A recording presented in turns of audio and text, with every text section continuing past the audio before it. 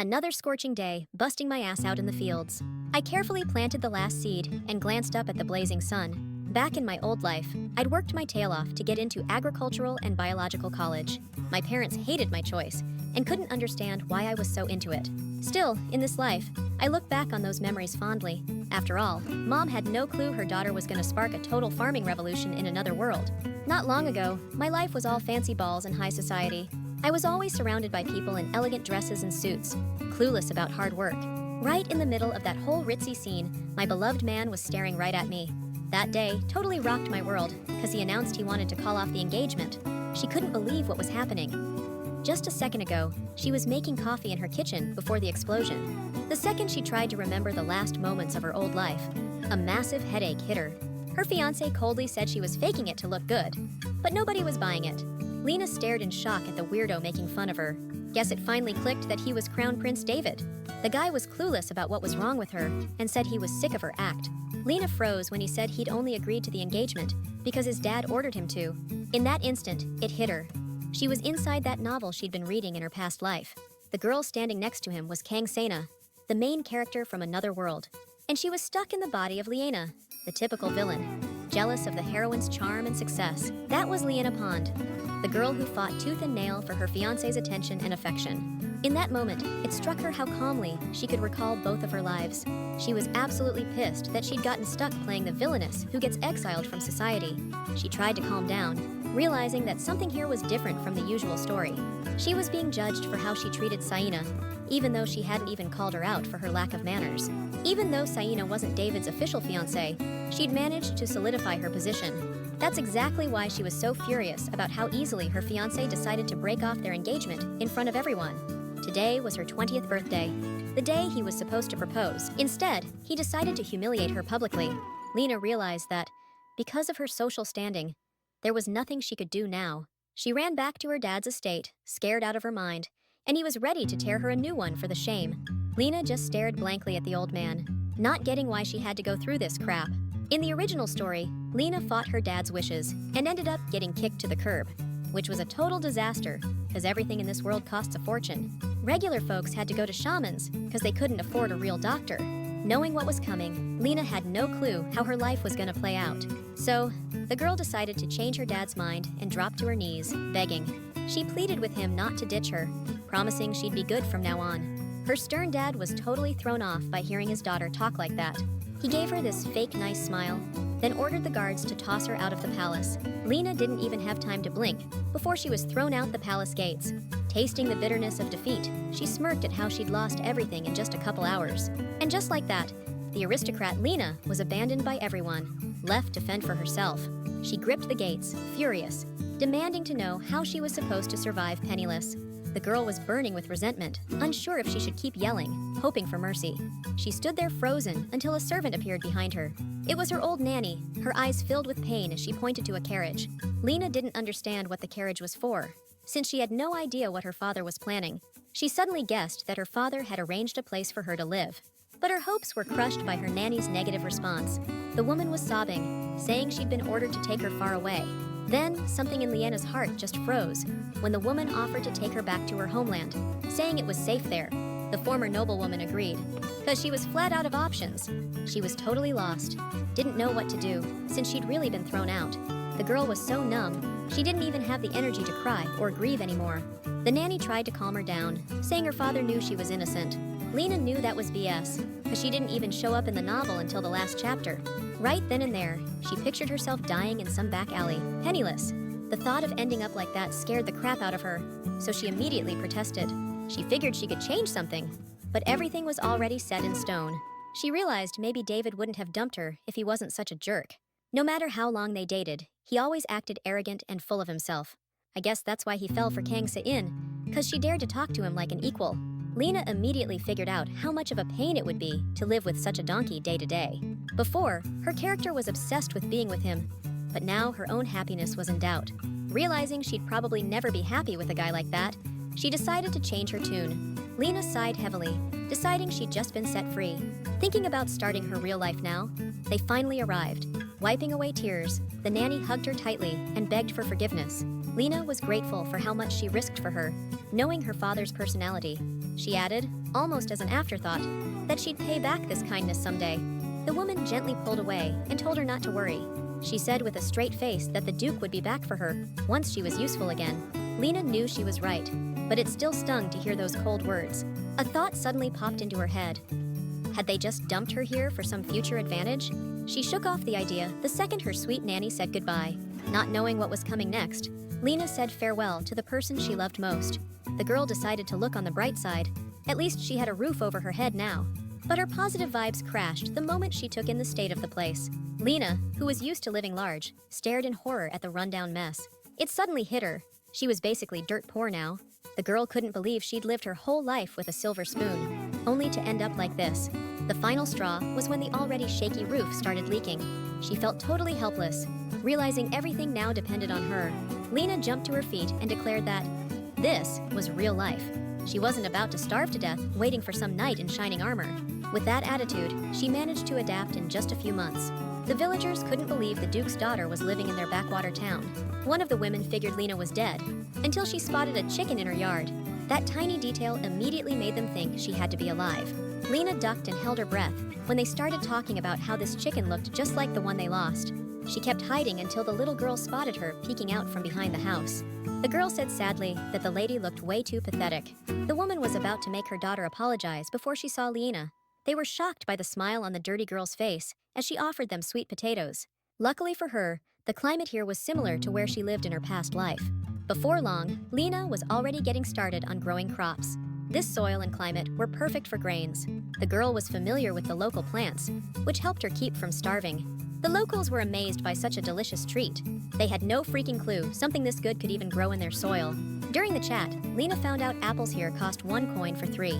The second she learned the real price, her face just dropped. Suddenly, an idea popped into her head about how to cash in on this find. Time kept ticking, and the girl had spent a full 6 years since arriving in Postan. In that time, she'd managed to make a name for herself and fix up her house. Despite her success 2 years back, she hit a wall when people stopped needing her stuff. She knew she desperately needed a new crop to sell, ASAP. The girl decided, clear as day, that her next big thing would be these amazing apples. Most folks here didn't know squat about farming or how to grow perfect fruit. That's exactly how she managed to create something that blew everyone's minds. It caught her off guard when they said this masterpiece was worthy enough to give to the lord of these lands. It pissed her off how fast the villagers bolted out of her way with her prized apple.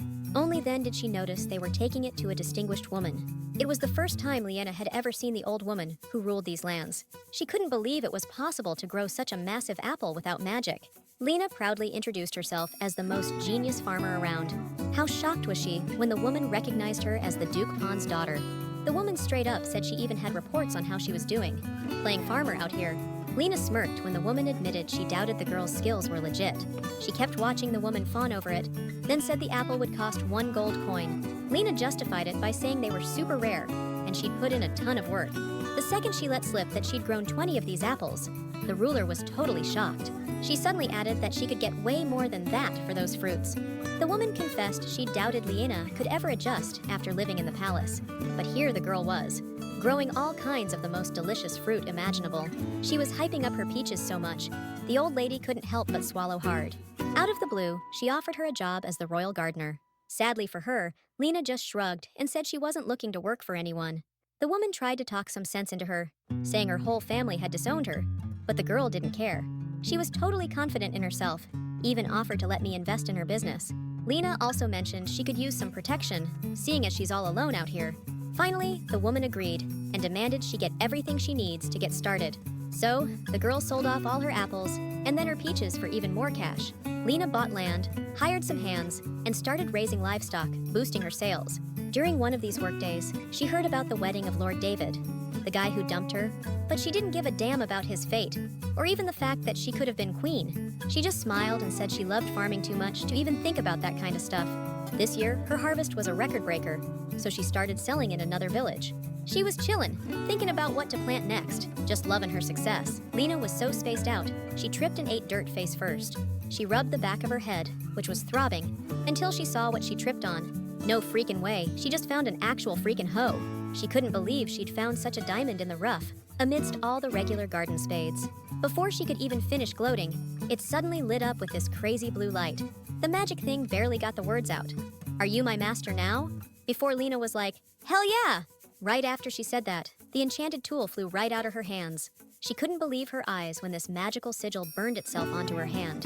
Then, bam! This gorgeous sword materialized in front of her, calling himself Louis Garbon Bontoir III. Even after getting used to this world, the tool's over-the-top fanciness still blew her mind. Lena was even more thrown when Louis called her his 10th master. Louis suddenly puffed up, saying even 10 volumes wouldn't be enough to tell his story. He introduced himself as a sword forged by the god of plenty, which is why everyone wanted him. Louis said he's super picky and only let future emperors wield him. His bragging didn't impress Lena. She just figured he was full of it. He added he'd hidden in a plane form because he kept ending up with idiots. Right then, the girl started to second-guess her choice. Meanwhile, Louis kept praising her for being able to see a beautiful flower buried in the dirt. Finally, he blessed the girl as a future ruler, until she called herself just a farmer.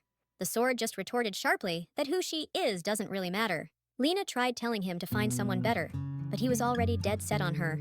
Eventually, the girl gave in and decided she'd just accept it. Figuring she'd just treat him like someone to talk to, she took him in her hand and offered to be friends. After a while, she ended up with the head lady, who was surprised to see all the plants growing like crazy. Lyanna thought it was a coincidence, until she heard even the dogs were popping out 8 puppies each, and all the eggs had double yolks. The Lord thought it was weird, but Lyanna just casually called it a good harvest. Despite everything Lyanna said, the woman still couldn't just ignore it. Lena was blown away by how careful she was being. She calmly sliced a fruit open until the woman noticed her bandaged hand.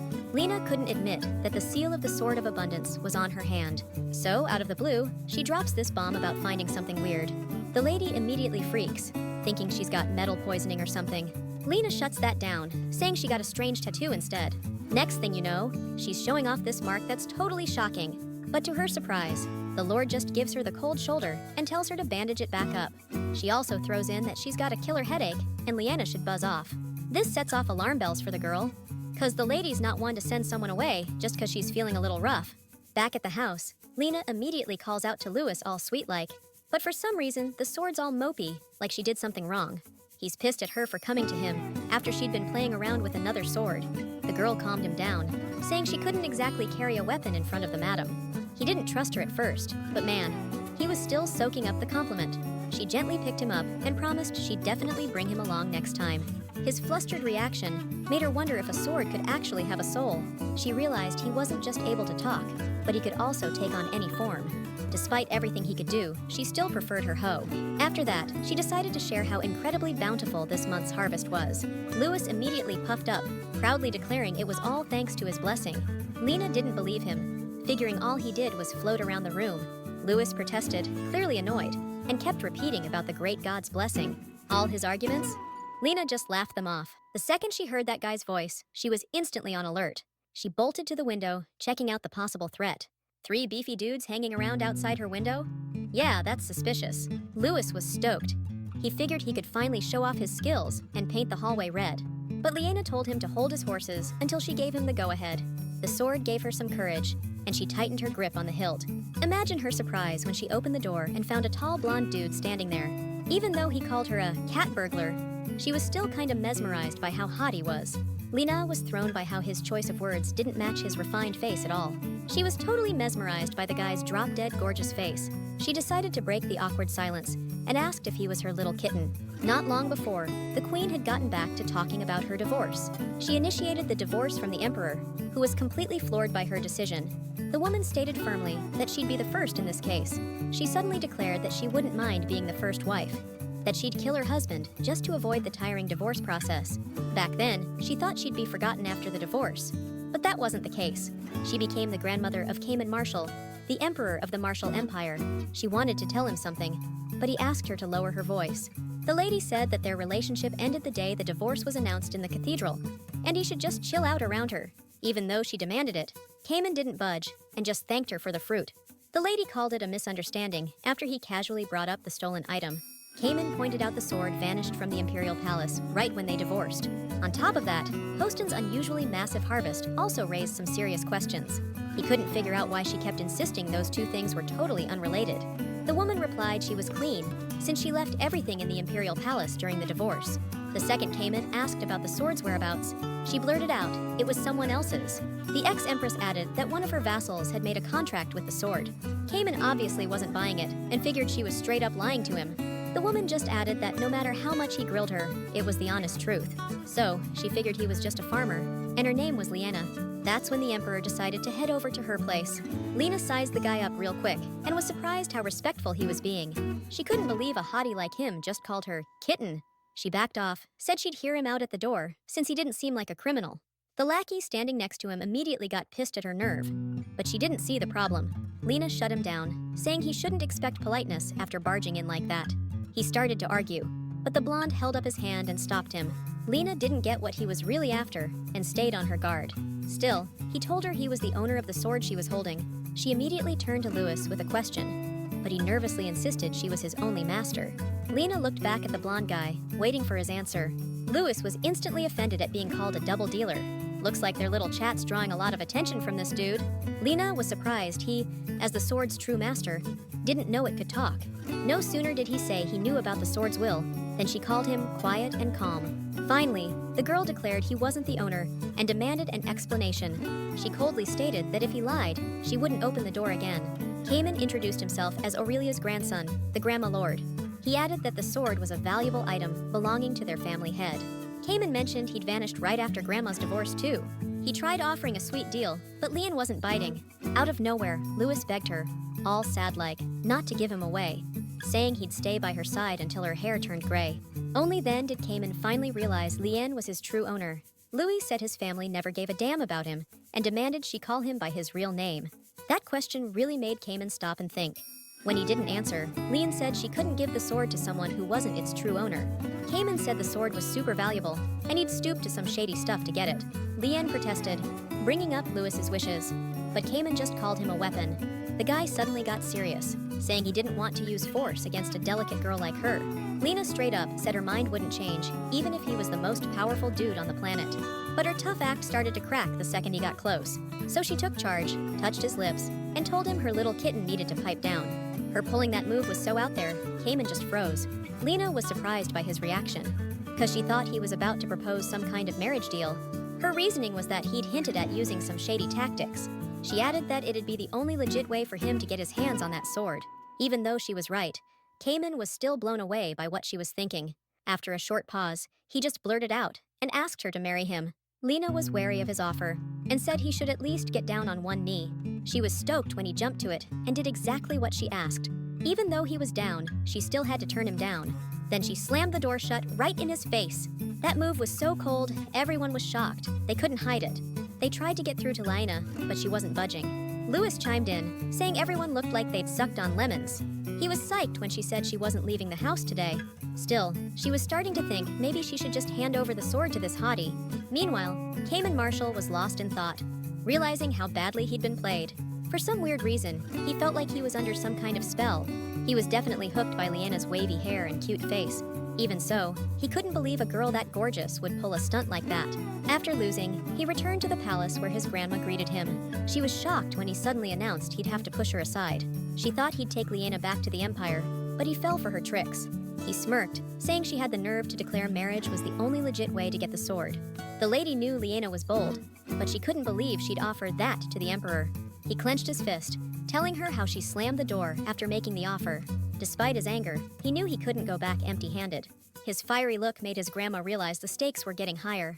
Her grandson used to be calculating and cold, but now he was just eating up the drama. She hoped, with a warm feeling, that this would blossom into love. After hiding for 2 days, Lena had a really weird dream. She dreamed of something yellow, soft, and sweet, but couldn't figure out what it was. As soon as she woke up, she immediately thought of a pumpkin. It fit the description. She jumped out of bed so fast, she actually face-planted on the floor. Her mind instantly filled with thoughts of sweet pumpkin paired with bouncy noodles. Thinking about that delicious food immediately made her want to go harvest some crops. Louis didn't quite catch what she was saying, and figured she wanted to chop off some enemy heads. But that wasn't it. He judged her outfit choice, not realizing she was heading to the garden, not the battlefield. The girl said the outfit was perfect, but she'd need his help with something. She quickly sketched a tool on a piece of paper and asked him to take that shape. Louis instantly obeyed his mistress, transforming into a handy pair of shears. He was seriously ticked off that he'd been tricked so cleverly. Louis reacted with utter disgust at the plant sap dripping all over him. Lena was so engrossed in harvesting that she didn't even notice Cayman at first. He explained he came here after hearing voices and wanted to offer a hand. Looks like he didn't recognize Louis in his new gig. Figured he wasn't around. He stared intently at the scissors and finally recognized them as the ego sword. Lena decided to tease Louis, saying he loved serving her this way. She wanted the sword to side with her, but Cayman said he wasn't giving it up.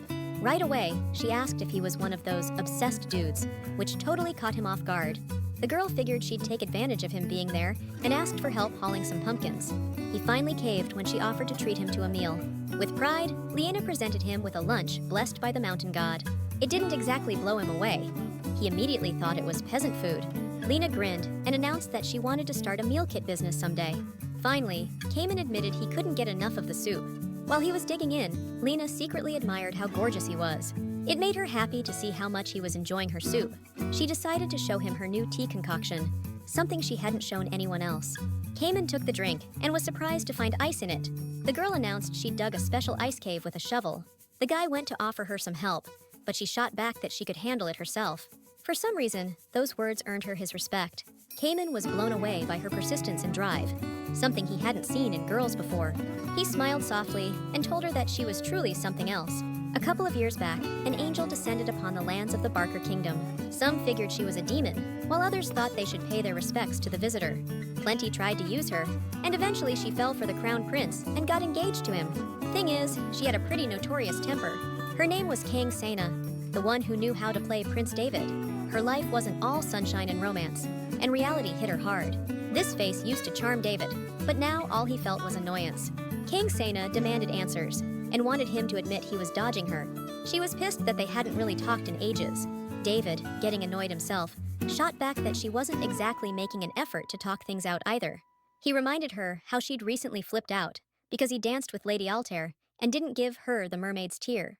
Kang Sena immediately turned the tables, reminding him how he'd wanted to make Lady Altair his concubine. David tried to justify himself, saying it was all about important political connections. Sane was pissed at how easily he made new connections, knowing she had no one but him. She called him spineless for always hiding behind the excuse of important politics. Every word she said just ratcheted up his anger even more. He ordered her dragged out of the office, but Sine kept fighting back. She couldn't believe he was treating an alien princess this way. He used to swear eternal love, and now he's building a harem of concubines. She was floored by how much her beloved prince had changed, something that wasn't in the novel.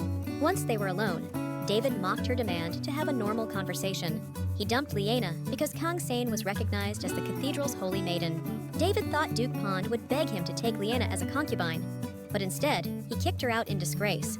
Him joining that other faction makes him a threat to David now, and on top of that, it pissed him off that Lena never acted like Kang Sena. He couldn't believe he was actually starting to miss her.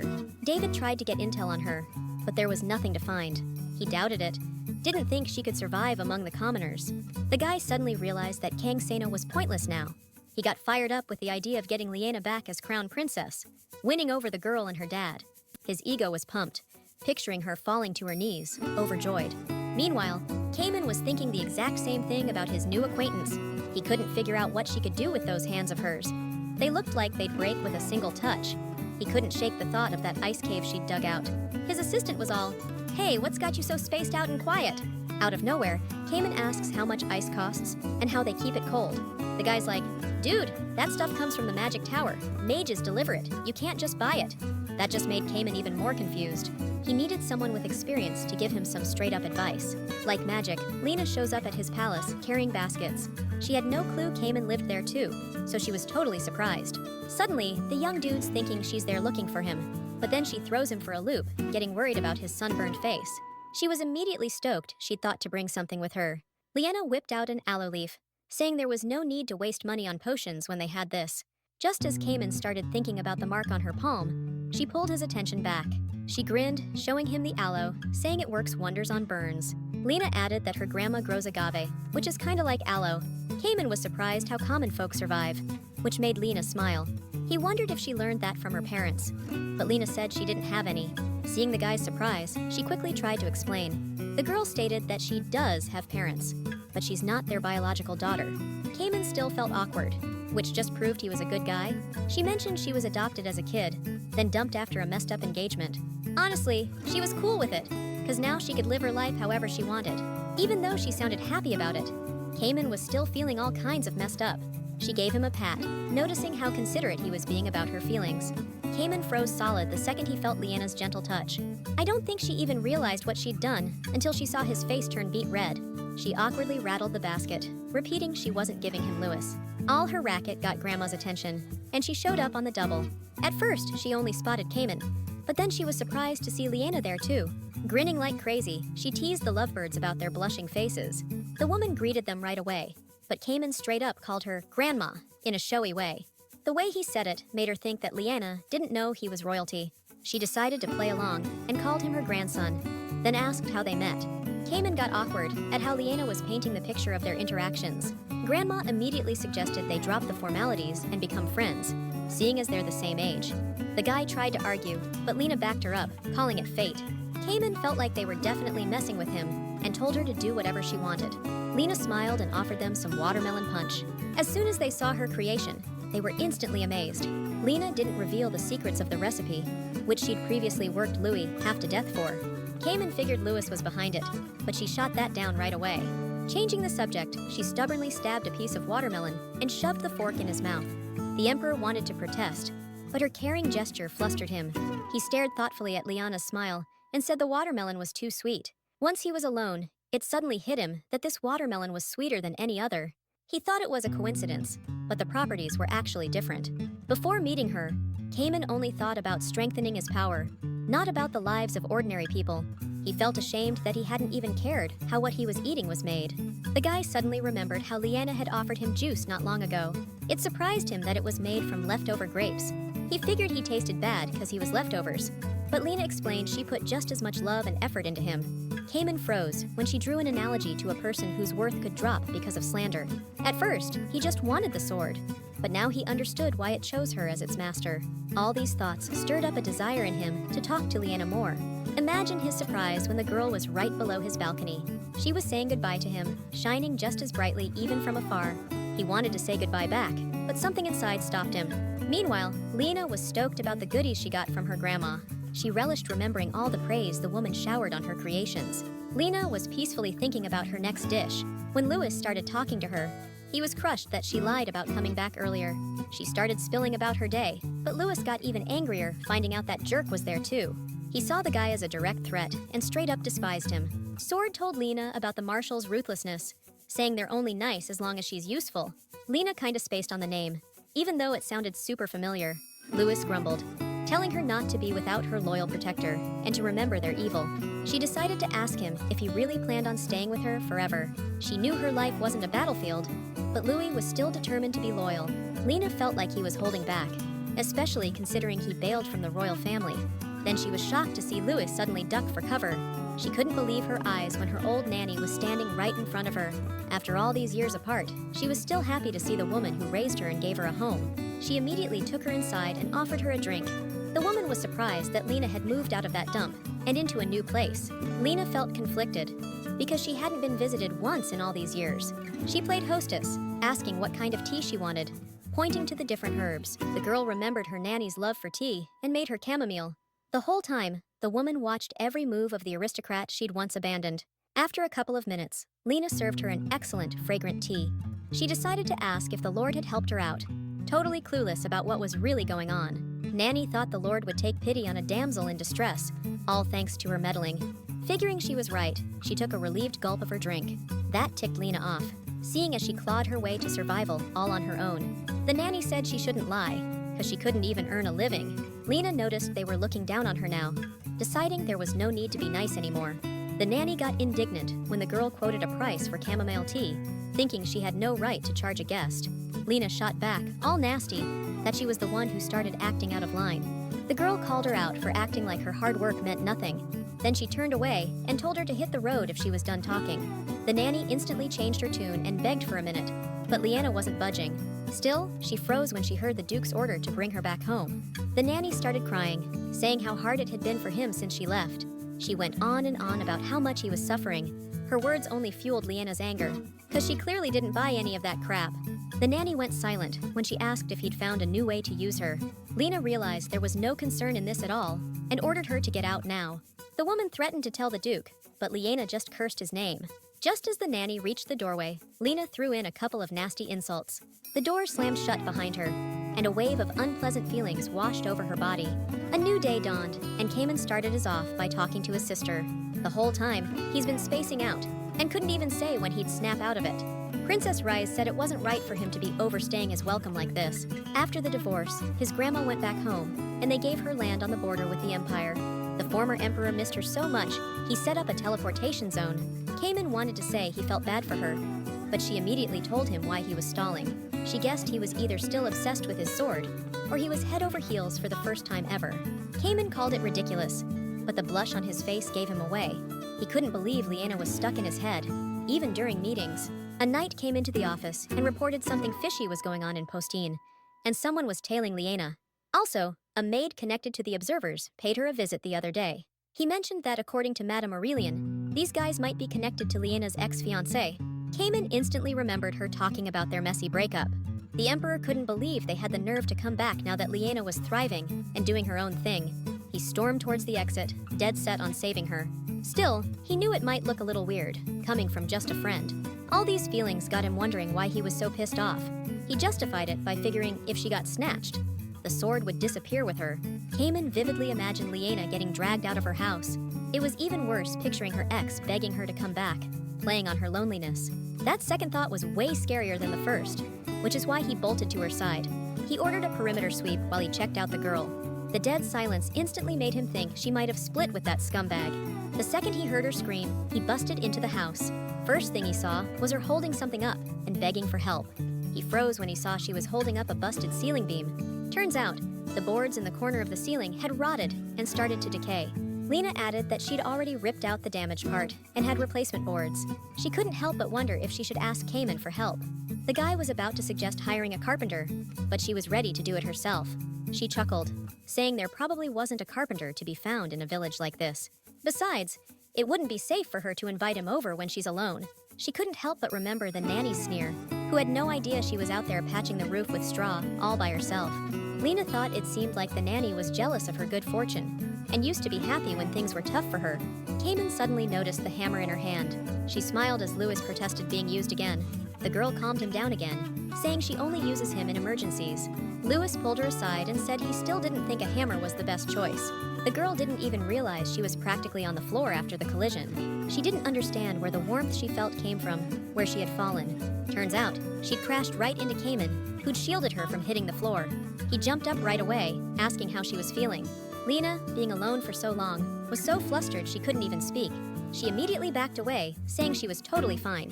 Even though Cayman was way worse off, all he cared about was how she was doing. He gently rubbed the back of her head, telling her to be careful. When he found no bumps on her head, Cayman breathed a sigh of relief. Lena wasn't used to a guy caring for her, so she just kept staring at him, embarrassed. Cayman already seemed attractive, but now she couldn't take her eyes off him.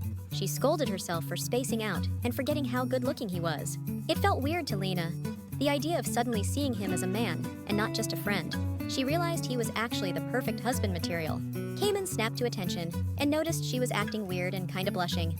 He started checking her hand, clueless that he should be checking her heart. The guy anxiously pointed out that her hand was swollen and looked pretty painful. Lena just awkwardly looked away and said she got off easy. As soon as she mentioned it was all thanks to him, she instantly remembered how warm his body felt. She tried to push those thoughts away, but they just wouldn't leave her head. Finally, Cayman said he was a pro at applying bandages. After a little while, he gently wrapped the girl's hand. Lena didn't understand why her heart was pounding like crazy over something so simple. Dude actually asked if anything happened, like he forgot how she ended up on top of him. He checked out her smile and felt relieved that she was okay. He decided to bail, leaving Lyanna wondering why he was so concerned. She stopped him, invited him to lunch, but he turned her down flat. He paused at the door and told her to hit him up if she needed anything. Lena was so thrown off, all she could do was agree. Once alone, Louis apologized for the whole incident. Talk about a shocker. She kissed him, genuinely thanking him for everything. It suddenly hit her that if it weren't for him, she never would have landed in the arms of that haughty nobleman. Lena declared that loser David wasn't fit to lick his boots and looked like a dried-up squid. Still, the fact that Cayman only wanted Louis kinda creeped her out. The idea that this whole thing was just about the sword totally killed her vibe. Even so, she was still down to play along with his little seduction game. I mean, the dude was way too hot to resist his charm offensive. Realizing the mess she was in, the girl let out a heavy sigh. Now she got why emperors throughout history caved to good-looking people. All the same, Lena still felt bad he left on an empty stomach. The second she mentioned potatoes, Louis freaked. Thinking she'd turn him into a hoe, Lena calmed him down and started boiling potatoes. Then he suggested Cayman might be the emperor. She didn't take him seriously and told him he was hot enough to be one himself. The girl went on high alert the second she heard footsteps outside the door. She couldn't figure out who'd be showing up this late and guessed it was Cayman. Thinking he was back for some food, Lena naively opened the door, not knowing who was there. Meanwhile, Cayman was deep in the trenches with his own stuff. He was carefully reading every document, trying to wrangle every last bit of focus he had. Still, his head was a total mess after everything that went down. Guess his grandma noticed he was out of it and asked him if he was all right. She said she brought him a snack and set a plate down. Cayman glanced at the dish, surprised, and asked what it was. He was taken aback, saying it looked like a full-on dinner, but she just told him to try it. The emperor was blown away by how good that snack tasted. While he was chowing down, Aurelian decided to dig a little deeper into Lyanna's help today. He had to ask her, did the common folk always carry the whole load themselves, even when they had the cash? Aurelian said it was awesome that Lyanna did everything herself. Cayman suddenly got worried again about Lyanna's injured wrist. The old woman replied not to sweat it. She made the sandwich and brought it as thanks for the help. She also pointed out that the girl looked kinda pale. Figuring that Lyanna barely ever took a break, Aurelian left the office. Cayman looked at the sandwich with a soft smile and decided he'd check on her tomorrow. He suddenly blushed, realizing he was just looking for an excuse to see her. His sweet dreams vanished the second he realized there was a hitman outside the window. He whipped around, trying to figure out the threat level. You can imagine his surprise when it turned out to be Louis. He asked if Louis was trying to become his, but Louis immediately shot that down. Cayman felt like the sword was trying to tell him something urgent, but couldn't get the words out. Finally, he figured something must have happened to Lena. Meanwhile, the girl was lying in bed, burning up with a fever. She was usually in perfect health, but just one meeting messed her up this bad. She knew this was coming, but the stress was unavoidable. That evening, she opened the door expecting Cayman, but she was wrong. Standing in the doorway was her arrogant, heartless father. Despite the revulsion, she still let him inside. He immediately started whining about how he'd been withering away with worry for his daughter. Lyanna was clueless about what was happening, because this wasn't in the novel. In the original, Kang Saena got engaged 2 years after showing up in this world, and that was it. Still, things had been weird from the jump this time. Lena couldn't figure out why everything was moving so fast. After the story's climax, the original Lyanna was supposed to die, unable to handle the hardship. But now, the guy who never gave a damn was standing right in front of her. Trying to figure out why he was here, she reminded her dad that he had 5 other daughters. The guy said he got how she felt, but helping her would piss off the royals big time. He pulled this scary face and said the crown prince felt sorry for her and was secretly looking for her. Lena didn't buy that crap, knowing David just needed the backing of the Pond family. She knew he'd catch flack from the nobles for ditching the perfect bride. The very idea of being used like that made her sick to her stomach. Lena yanked her hand away and coldly told him it wasn't her problem. Duke Pond was trying to play on her wanting to be the crown princess, but she didn't give a damn. She just told him she wasn't a Pond anymore, just Lyanna. She stood up and told him to think about his other daughters, the ones who wanted to be princesses. The guy was shocked at her resistance and asked if she really thought a single word could break blood ties. Lena smirked, remembering how he'd disowned his own kid. The Duke was floored by her nerve and stood up, but that played right into her hands. She grinned, opened the door, and said goodbye to her father. As a parting shot, she told him he was just a duke, not a dad, and that was that.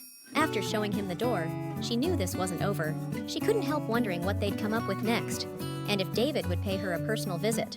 Lena imagined him cooing with Saena, and now trying to track her down. She felt like her father would definitely cook up something else soon to hand her over to David. The girl wasn't about to let the prince barge into her life, because she didn't do anything. She was racking her brain for ways she could dodge her fate. Louis noticed she was lost in thought, but she snapped right back to thinking about potatoes. The sword sensed her sadness and wanted her to open up, but she didn't want to talk about it. Despite the bright smile, tears still streamed down her cheeks. Lena thought she was okay, but the pain still gnawed at her heart. Seeing the girl's tears, Louis regretted for the first time that he couldn't turn human. Lena gently hugged her little buddy and told him everything would be all right soon. Even thinking about it before bed, the girl still couldn't hold back her tears. In a flash, Cayman, looking all worried, was right in front of her. The second she showed signs of waking up, He bolted to get water and medicine. The girl kinda directed him, saying the medicine might be in her bag. Cayman was thrown for a loop when she told him not to mix up her bag, saying she had to leave soon. She was practically rambling when she added that she had to hurry. It hit the guy hard, cause he thought Poston had become her home. The girl said Poston was a good, cozy place, and she loved Grandma Aurelian. But even so, she still didn't have a place she could really call home. Cayman didn't respond to that, and just went back to hitting on her. He figured her running away might have something to do with her ex-fiancé, the one who came looking for her last time. The guy felt like there could only be one reason for a getaway like this. Most likely, David realized how awesome she was, and was trying to get her back. His heart skipped a beat again when tears started welling up in her eyes. It broke his heart to see her crying, even in her sleep. Cayman couldn't even figure out which guy made the usually radiant Lyanna break down like that. On impulse, he kissed her fingers and vowed to become her protector. The next morning, she woke up feeling a little better. Louis immediately snuggled up to her, worried, and said he'd never seen his master so weak. She wasn't mad at Louis and told him she had to hurry. Imagine her surprise when she saw the gorgeous Cayman standing there in an apron. He thought she was uncomfortable with him being there, but she was already thanking all the gods for his good looks. She got up and started to say she was super busy today. Cayman grinned, took off the apron, and offered her some breakfast.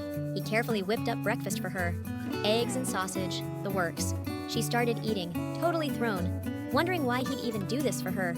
Cayman asked where she was going, what was up with the bag. Lena told him she wasn't trying to ditch Poston for good. She was surprised Cayman was even asking where she was headed. Out of nowhere, he said, dead serious, that he was going with her. She didn't get why he'd bail, since he had a ton of stuff to take care of back in Poston. He explained that she'd be carrying the ego sword, which was his main goal. Then he waved it off and said that wasn't the real reason. Cayman gently squeezed her injured hand and confessed he was worried about her. She got all flustered when he told her he didn't want her to go through pain alone. Cayman said she needed someone to wake her up from nightmares and be her rock. He kept holding her hand tight, promising he'd be there for her. Lean really appreciated the concern, but she felt like she had to turn him down. Cayman added that he wasn't just saying that, and if she wasn't sure, they could head back to his place. Lean smirked, asking if he was about to propose again. Little did she know, the next thing she knew, he'd be down on one knee. He held out his hand and asked if she was ready to be his wife. The girl was stunned and didn't understand how she'd gotten into this situation. Louis suddenly spoke up, saying the guy was genuine, and he'd rushed to her yesterday as soon as he heard she was feeling bad. Still, Lena figured this marriage could put Common in danger. Seeing as she hadn't told him about where she came from, the right thing seemed to be just saying no. But the guy's charm and sincerity were getting to her, killing her resolve. He just kept staring into her eyes, making her heart pound like crazy. Lena felt like it wasn't fair to turn down someone who cared so much. She couldn't bring herself to say no, and wanted him to make the call. The girl jumped up and blurted out that she was the Duke Pond's daughter. She thought that would change his mind, considering his dad's status. But Cayman didn't even flinch. She added that she was just trying to ditch her dad for a while by running away. Then she suddenly thought, maybe she didn't have to run that far after all. Lena thanked him for the idea and figured she just needed to find a place to lay low. She was about to head out, but a dude's hand stopped her. Cayman pulled her close and reminded her she still hadn't answered his confession. Lena was totally floored, but she still decided to buy herself some time. He promised he'd be there for her, but she wasn't sure he could stand up to the Duke. Cayman told her not to sweat it and just focus on him so she could answer. The next thing she knew, he did something that totally got to her. He touched her face and asked her to go out with him, thinking about marriage down the line. Meanwhile, Cayman's sister was chilling in her office. She gave the crystal ball a surprised look when the Emperor decided to hit her up. She ripped into him for calling out of the blue and told him to get a life. Again, she was taken aback by how heavy and quiet his sighs were. It was weird, because before Poston, he was a total workaholic. Reese decided she'd just hear him out and make him work it off. But then he blindsided her, saying he'd met a woman he wanted to marry. She was so stunned, she couldn't even find the right words. Once it sunk in, she just started screaming loud enough to shake the whole imperial palace. She asked if he was actually talking about a real woman and not a cat. After calming down, she said she'd dig up some dirt on ending Lyanna Pond's engagement. Cayman added, with a nasty edge, that he wanted to wipe the Pond family off the map, or annex Postine to their territory. Riz's head was spinning with all these ridiculous requests. Then it hit her. She remembered the real reason he was even in Postine. She reminded him that his main goal was supposed to be the sword of self-love. Cayman just calmly responded that it was nothing to worry about. Riz sighed and asked if she'd agreed to the marriage. She figured Lyanna would jump at the chance to marry the Emperor, but Cayman was leaving stuff out. Anticipating his sister's surprise, he revealed that he hadn't mentioned his imperial title yet. Meanwhile, Lena still hadn't recovered from what just happened. She couldn't stop thinking about how passionately Cayman had pinned her against the wall. She didn't know what to do, because it was obvious he was into her. Cayman stroked her face, kept asking what was making her hesitate. Lena was floored when he went and blamed it on her missing her ex. She fired back, asking him how he could even say something like that. The girl was lost, seeing as she barely knew anything about Cayman. Still, she managed to spill her guts about how she felt about him. She couldn't believe they were officially a thing, feelings out in the open. Next day, she spent at her grandma's place, chatting about some new plant. The old lady was going on about the effects, but Lyanna couldn't focus. Looks like her grandma finally noticed the girl was totally out of it. She yelled at Lyanna, and Lyanna jumped a mile, scared out of her mind. Aurelian was worried because Lena used to light up at the mere mention of farming, but Lyanna couldn't admit that her eyes were now sparkling because of her hot grandson. Out of nowhere, she blurted out that her dad had visited recently. Lena didn't know the exact reason, but she suspected the prince needed her for something. The woman immediately got pissed that he dared to come onto her land behind her back. Lena added that at first, she'd been thinking about leaving Postine. She barely managed to choke out that her boyfriend had asked her to stay.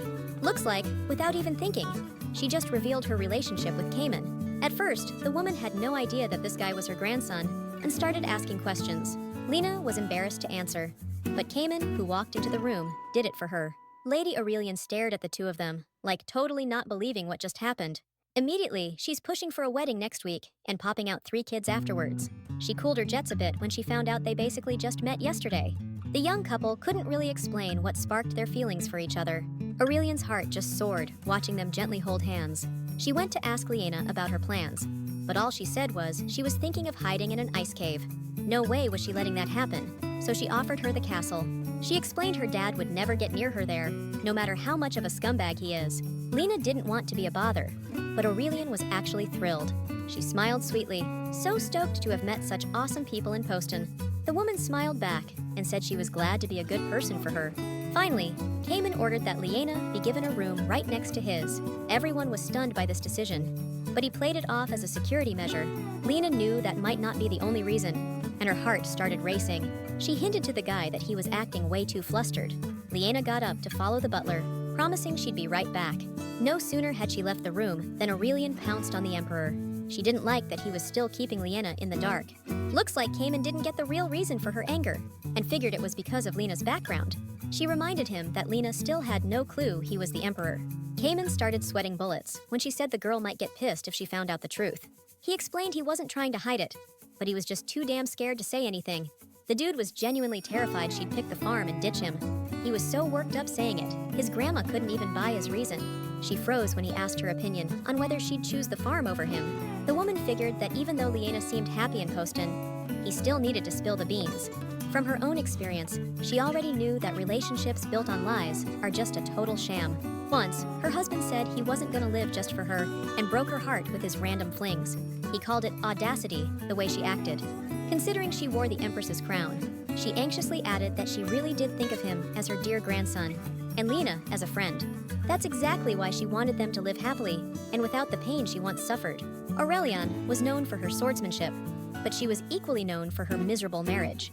That's why Cayman couldn't let Lyanna give up her dreams for him. He became certain that by protecting Lyanna and her farm, they could actually be happy. He spent the rest of the day just lost in thought, replaying his grandma's words. It suddenly hit him that the only real option was to bring Postine into the Empire's territory. For the first time ever, he was actually scared of being rejected. But the second he heard Lyanna's happy voice outside the door, all his worries just melted away. She was so happy that Cayman had figured everything out. She was practically squealing about how awesome her boyfriend was. Still, she couldn't figure out who this guy was. The way he shrugged off the mention of her dad.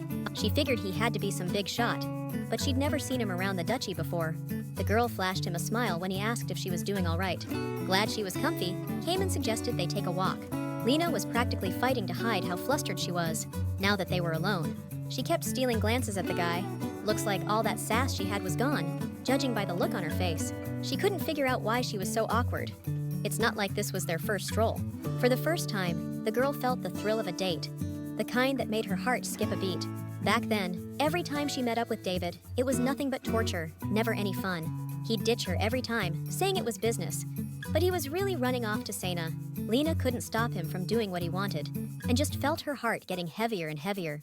She'd been ordered to keep her mouth shut the whole time, just taking whatever David dished out.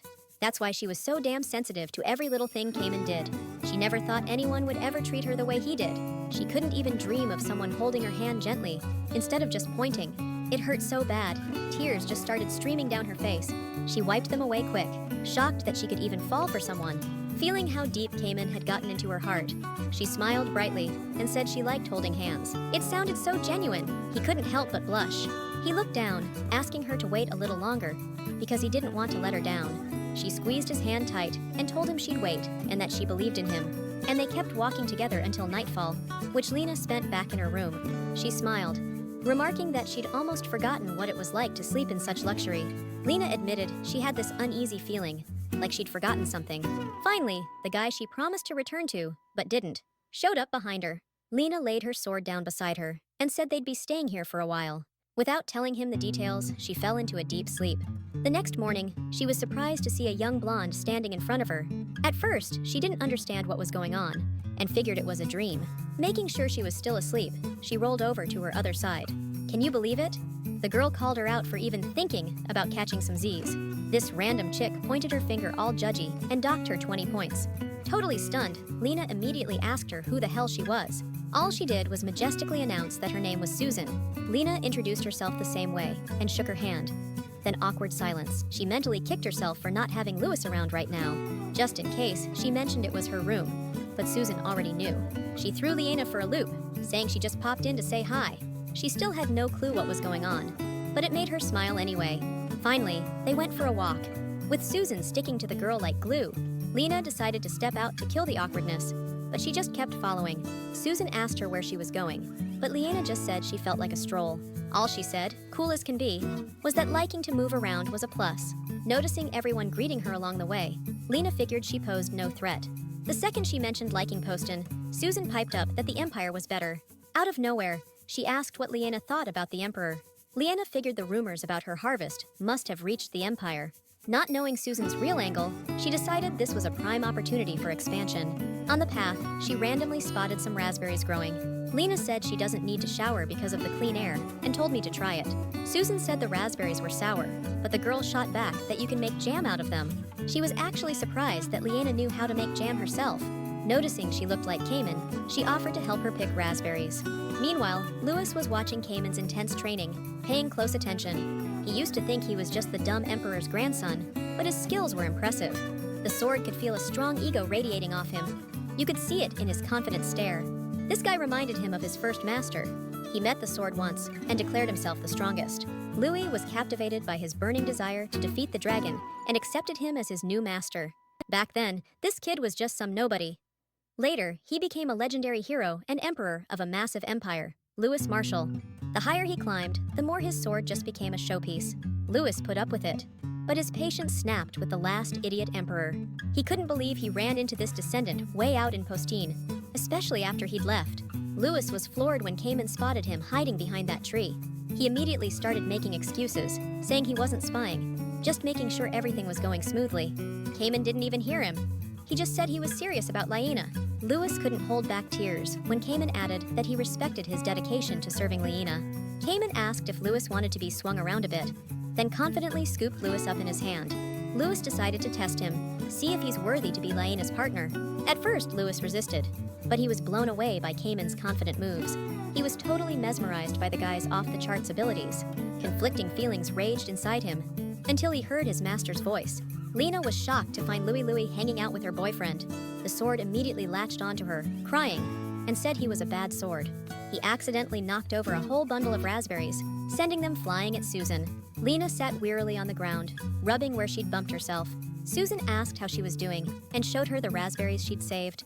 Cayman was surprised to see these two girls together. Susan was the second princess of the Marshall Empire and Cayman's sister. They ended up in the kitchen, where Lyanna started whipping up some raspberry tea. Lena was constantly freaking out about Susan cutting herself. Once she was done with the raspberries, she walked her through making the tea, step by step. 10 minutes later, they were ready to unveil their iced raspberry tea masterpiece. Lena almost dropped the tray when she saw the dude all flushed after his workout. She tried to play it cool and ordered him to go dry his hair. Susan was watching them interact, totally absorbed.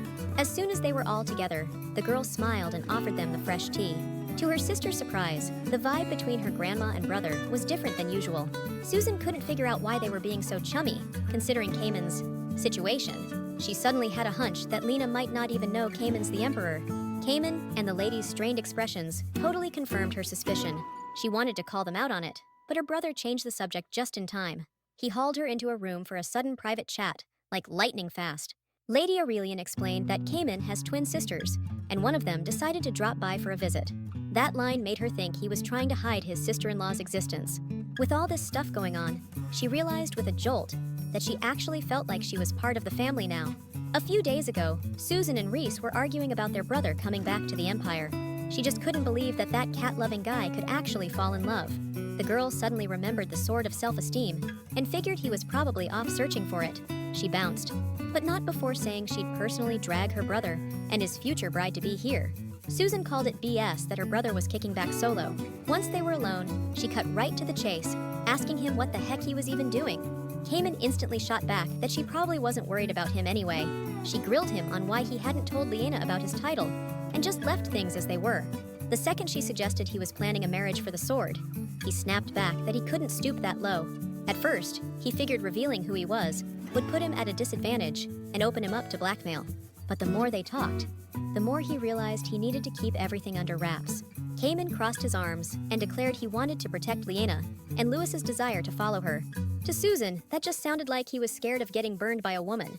She was pissed at how casually he treated the sword, the freaking symbol of the Emperor's power. Cayman explained that the marriage would mean he and Lyanna could co-own the sword together. Dropping that for later, she asked about how long he'd be staying in Postine. The Emperor wants to straight up absorb Poston into the Empire, so he can do whatever he wants.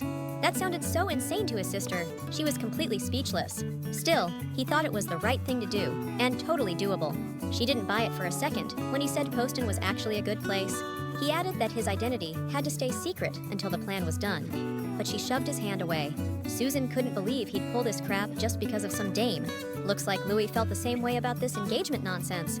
They both couldn't believe they might soon be stuck babysitting kids. Because of that, they kept following Lyanna, totally stressed. While walking through the garden, she stumbled upon a neglected greenhouse. She suggested having a picnic there once, but Grandma's face just fell. Standing next to a bush, she asked Louis to turn into scissors. Susan wanted to say it was the gardener's job, but Lyanna was already pruning roses. She hated that the girl kept messing with stuff that wasn't her business. She couldn't believe Lyanna still hadn't figured out she was going to be Empress. Susan almost slipped up while arguing that she shouldn't be doing stuff like that. Lena couldn't take it anymore and called her words a bunch of pointless garbage. She was saying like, it's human nature to work hard so you can eat good. Lena thought the boss should work even harder than the other guys. Or so Kamina reminded her. She just blurted out that she finally understood why they fell for each other. Susan caught Lyanna off guard, straight up asking if she was in love with her brother. She claimed their brother's been through hell since he was a kid because of Grandpa's BS. He hated him and Reese, always yelling at them. Then later Kamina for trying to stick up for them. Cayman always looked out for his sisters and had their backs. He always tried to encourage them in whatever they were good at. Susan got all bummed out and apologized, saying she was being too emotional. Lena cheered her up, saying Cayman's gotta be happy to have such awesome sisters. After getting kicked out, even her own sisters wouldn't lift a finger to help. She figured she was on her own forever, which is why Cayman sticking up for her caught her off guard. Lena smiled and said meeting Cayman was the best thing that ever happened to her. Susan smiled back and told her to take good care of their brother. Out of nowhere, she said they were family now, and Lyanna's heart just melted. The girl squeezed her hand and asked her to look out for her too. Suddenly, they both tensed up when they heard someone screaming nearby. Susan tried to find out what was going on, but they were told to stay put in the greenhouse for a while. Little did Lyanna know, the uninvited guest was her own damn father. Lady Aurelian was floored by their nerve, and the fact they were trying to use force. The kingdom's soldiers invading? That's basically a declaration of war, and Cayman wanted to step in. But Aurelian told him to hold up. He was acting on emotion, and she couldn't let him do that. Cayman understood where she was coming from, and just told her to be careful. That Duke Pond, ditching his own daughter because she wasn't useful, the guy just disgusted him. He knew even if Lyanna could forgive him, there was no way he ever could. Aurelian's grandma decided to try and settle things peacefully, and invited the Duke inside. Duke Pond figured she was just some lord of bumfuck nowhere Postina, not the Empress anymore. She saw right through his attitude, but still wanted to get to the bottom of things. He said he was there to pay his respects for her taking care of his daughter. The old woman shot back that she had nothing to do with it. Lyanna did it all herself. Finally, she added that the girl had renounced the Pond family name. The Duke got pissed and replied that he was there to take his daughter back. Aurelian said she'd written her a pass, because Lyanna had been saying for ages she wanted to travel. The guy doubted that, saying there's no way Lyanna would have gone that far. The lady glared daggers at him, demanding an explanation. He answered that David misses his daughter, since the so-called saint revealed her true colors. Aurelian explained that Lyanna might not want to be crown princess, but he felt differently. Duke Pond decided to remind her about her divorce and messed up life. Aurelian couldn't live with her kids and grandkids anymore. Plus, she had to put up with those scornful looks. The lady calmed down and said it's good to want the best for your kids. She suddenly chimed in that Lena looked way happier now. The lady said just because someone lives life on their own terms doesn't guarantee a happy ending. Even so, that path might be one you won't regret. She stood up and demanded he back off Lyanna, like a dad should. Still, the Duke figured Lena owed it to the family to dedicate her life to them. Meanwhile, the girl herself was freaking out, trying to figure things out. She was worried that if she didn't step in, her dad would go after Poston. Even worse, she was scared that Grandma Aurelian and Cayman could get hurt. Louis tried to reassure her, saying he'd protect his master. Lena laughed at him and reminded him how he used to do nothing but cry. Still, she thanked him for his support. It made things a hell of a lot easier. Before she could even finish, some random knight grabbed her. Turns out, the Duke knew all along she'd be hiding out at the Earl's castle. Susan jumped in to protect her sister-in-law, threatening him with a tribunal. The guy just egged her on, saying some small-town lord couldn't do squat. Lena cut in, calling it an invasion, but he twisted her words right away. He said, all fanatical, that they were doing it for her own good. Lena called him out on that BS, since they were only looking out for their own family. He just said that, having grown up rich, she had to repay the favor in full. She tried to say she'd already paid for everything with her shame, but the knight cut her off. He said if she actually cared about the family, she could have at least done something. Lena figured a regular employee wouldn't know anything about this kind of stuff. The next thing she knew, he was calling her a talentless hack, incapable of seducing a guy. The second those words left his mouth, Louis's shining sword was in her hand. He said that after all the centuries he'd been around, Lyanna was the most amazing wielder he'd had. Louis asked her to grip him tight, so they could kick some ass together. Lena was stunned by the support from the grumpy but honest sword. She followed his advice and realized she couldn't back down now. Hearing that crap and doing nothing? Not her style. She instantly pointed the sword at the guy. Her strikes were so precise, he actually started to wonder about her skills. She was still expertly swatting the attacker away. Looks like Lena didn't even know what was happening, seeing as she'd never picked up a sword before. Suddenly, for the first time, she understood the full power of Louis. She grinned, and Louis declared that he wouldn't let anyone who tormented his master get away with it. After those words, the girl menacingly lunged forward. She focused, getting ready to deliver the finishing blow. With unbelievable power, Lena struck the villain's sword, shattering it to pieces. She hurt the knight so badly that he ran away from her in tears. Lena immediately kissed Louis, telling him how amazing he was. She sincerely thanked him for sticking up for her, even after how she'd teased him before. Louis just said he prefers a master who acknowledges his worth, like you do. He also mentioned he doesn't want to be used like a pair of freaking scissors. Lena saw Susan's surprise and said, "It's a long story, man." Looks like the girl was so blown away by what she saw, she couldn't even talk. Finally, her face lit up with excitement, and she begged her to do that move again. She was freaking shocked at how badass her future sister-in-law is.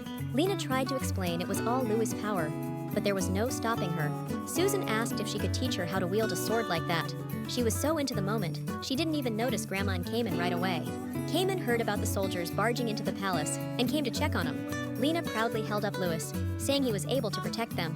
Cayman was blown away that Louis could fight on his own and control the master's body. It suddenly hit him that all the legendary emperor's achievements came from the power of the self-love sword. He was also surprised to see his grandma standing off in the distance like that. Lena noticed Grandma's wandering eyes too, and asked her what she was looking at. She just grumbled, pointing out that the agave leaf was cut. That plant was super important to them, because it was used in so many things. Turns out, that plant was the only thing Aurelian took with her after the divorce. She suddenly remembered Duke Pond's threats, how he swore he'd get revenge on her. The woman yelled, ordering the butler to bring her armor and sword, now. This agave plant, it takes me back to when the emperor was all lovey-dovey, back when he first gave it to me. He called it a precious herb, said it was almost wiped out because of the war. That night, I suggested we grow agave ourselves. He just smiled and totally backed the idea. He was the fourth prince, way down the line of succession. But my help in the air battle got him the power he craved. Aurelian knew he had his flaws. but she always loved him and wanted to be with him no matter what. And all she got in return were complaints about how she was a cold and heartless woman. She realized their promise to be together forever was officially over. "I can't believe the guy who betrayed me has the nerve to blame me." Aurelian said she's going home and that she's done with this pathetic excuse for a man. He tried to stop her, reminding her she was the Empress. Still, she wouldn't budge. The Emperor begged her forgiveness, saying he couldn't live without her, but she never looked back. Sitting in the carriage, she realized he was the one who'd changed, not her. She felt proud, taking one last memento of their once bright love. Shaking off the memories, she said that Lena had to leave. She ordered everyone to leave, saying that after the agave was destroyed, it was her problem now. Lena tried to argue, but Cayman knew his grandma's fiery temper. He calmed her down, saying Aurelian was damn strong and dangerous when she was angry. She'd snapped a sword in half with her bare hands when she was younger, and was basically a walking natural disaster. Susan tried to figure out why Pond had come looking for Lena. Sensing danger, she asked her brother to lend her his sword, ready to send a whole lot of guys to hell. She said that both her father and her fiancé needed to pay the price. Lena said she didn't have any feelings for her fiancé. He was like a total squid. She added that she was okay, but was just causing too many problems for Poston. She knew she had to sort this out herself, since everything happening was a result of her actions. Meanwhile, Susan was just happy that their love for each other was drama-free. Lena was surprised that they were talking about love when they were on the verge of war. She said she didn't want to go back and just wanted to be with Carmen. Her words sounded so genuine, Carmen couldn't help but smile. He told her to trust him and hang tight, because he's got something cooking. Once they were alone, Lena asked him if he wanted to throw down himself. She was worried the Crown Prince might jump in to defend the Duke. Cayman hugged her and told her not to sweat it. He looked her straight in the eye and thanked her for saying she wanted to be with him. Cayman leaned in and said even if she'd said the opposite, they'd still be together. After that, he suggested they head to their separate rooms. Lena was so blown away by everything that just happened. She didn't know where to even start. Meanwhile, Crown Prince David was wallowing in sadness. Kang Sena came to talk to him, but things didn't go as she hoped. David's drunk again, passed out after another fight. This girl felt like a total sucker for falling for his BS. She was still fuming when she spotted a picture on the desk. Kang Sena froze, holding a portrait of Lyanna. At first, she didn't recognize the familiar face. Then it hit her. That's the villain from the novel, Duke Pond's daughter. Knowing the novel, she dumped him and crushed her before she even got started. Still, she hated that David was still hung up on her. She didn't get it, especially since Lyanna Pond hadn't even shown up again. It suddenly dawned on her. David could miss her, even if it wasn't in the book. That's when it hit her. This victory wasn't going to be as easy as she thought. Sena kept telling herself, "No way, this can't be happening." But the Crown Prince's face told a different story. She couldn't believe her eyes when she saw the order on his desk. They were saying the prophecy was wrong all along. This messed with the whole story and put Kang Sena in serious danger. She crumpled the paper, fear kicking in. They could be torn apart. Duke Pond's letters about finding Lyanna confirmed her worst fears. She couldn't believe that Wicked Witch even managed to rewrite the original story. Sena decided she had to confront that sly fox before David did. That same night, Lena woke up to someone screaming about a fire. Cayman burst into the girl's room, freaked out, saying something terrible happened. Still half asleep, the girl couldn't believe what she was hearing. A fire at the farm. The second she saw the flames, she bolted towards her farm. She was staring at a raging inferno, not knowing if her calves and chicks made it out. Lena wanted to run straight into the fire, but someone stopped her. She couldn't let the farm she'd cared for all these years burn to the ground. Cayman told her to get a grip, saying other people could get hurt. She agreed and suggested they put out the fire before it spread to the village. She ordered them to get water from the nearest well and bring as much as they could. The villagers immediately started fighting the fire on the girl's farm. Even Cayman was hauling buckets and fighting the fire like a man possessed. After a while, everyone breathed a sigh of relief when they saw the fire die down. Luckily, they managed to save the grape harvest, but the watermelon fields were completely wiped out. Cayman sadly hugged her and told her it was okay to cry if she was hurting inside. The girl clung to him, but she felt like she couldn't even shed a tear. Suddenly, she overheard some people talking about a guy in weird clothes, pouring oil all over the field. Everyone knew it was arson. Lena froze up and said that her father might have done it. Cayman knew it was true, and he looked at her with pain in his eyes. Lena declared that she couldn't take it anymore and was going to get an apology from her father. She thought he'd try to stop her, but the idea never even crossed his mind. He vowed he'd catch the perp and make him apologize, groveling at her feet. That same night, he contacted Reese and told her to send out the engagement announcement to the kingdom. He also said to announce Poston's annexation, then send the border patrol troops here. Reese was surprised, guessing he wanted to lower the enemy's morale by drawing out Earl Russell. She immediately started calculating all the possible scenarios. Reese understood that they'd have to take control of the surrounding territories. The girl figured there had to be a damn good reason for all this. He gave her a heavy look and said he'd seen something way too messed up. Looks like he spooked Reese, which made her jump right into action. He also ordered the knights to get their squads ready outside. Ancor warned him that entering the kingdom without permission could land him in deep trouble. Still, he was prepared for it. Duke Pond had crossed the line. Cayman never wanted to see that sad look on Lyanna's face again. Even as emperor, he couldn't let her efforts be taken lightly. Just then, Louis appeared behind him, offering his power for Lyanna's sake. Louis excused himself, saying he wasn't betraying her, just forming a temporary alliance. Cayman couldn't make out the sword's words, but he figured it was asking him to take it. As soon as he gripped it, the sword instantly adjusted to the size of his hand. Ancor immediately guessed that the sword of self-esteem had recognized him. Still, Cayman knew the dude was just borrowing power for Lyanna's sake. Right then, Duke Pond's voice boomed from behind him, calling out for Lyanna. He thanked the sword for saving him the trouble of having to look for it. The guy kept threatening Lyanna, demanding she come out to him. Cayman stepped up and said that after what he pulled, Lyanna went to defend her lands. He blindsided the Duke with the insane number of soldiers in the village. The guy totally wasn't expecting that. Cayman warned him that messing with a former empress and territorial integrity wouldn't fly. He let out a war cry and ordered everyone who resisted to be killed. Duke Pond realized these knights were definitely from the Empire. Knowing he couldn't win this fight, he tried to bolt. He didn't even take a step before Susan's foot slammed him into the dirt. The Duke didn't recognize her and figured she was just some servant girl. Susan introduced herself as a princess of the Empire, and that's when it clicked for the Duke. Carmen shoved a sword to his head, saying he despised him. He smirked, all smug, and said it was a real honor to meet his future father-in-law. Meanwhile, Lyanna was checking out the damage done to the field. She touched the ground and accidentally noticed oil on the surface. Suddenly, it hit her. They were trying to torch the place, and she could have died. She couldn't believe her own father would go this far. Lyanna tensed up when she heard her father's voice outside. She thought he'd brought soldiers again, but saw him on his knees instead. Cayman towered over him, announcing that he'd kept his promise. The Duke started begging her forgiveness, saying he did everything for her own good. Lyanna was furious that he burned everything she loved and dared to say that. She told him that even if she beat him, it wouldn't bring back her field. The girl apologized to Cayman, thinking her apology would lighten his heart. She smiled sadly, realizing that wasn't what she wanted. Cayman squeezed her hands and said he was ready to do anything to cheer her up. Duke Pond was shaking, not believing Lyanna was in a relationship with the Emperor himself. Lyanna didn't know what to say since he was still her father. Out of nowhere, she turns around and says she never wants to see that guy again. The second those words left her mouth, the Emperor locked eyes with Pond. He told him to never show his face again, or his life would be in danger.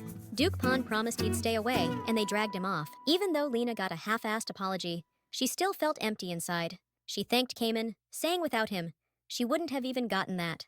The girl also thanked her trusty sword, Louis. She smiled, pointing out that they must be pretty tight to come help together.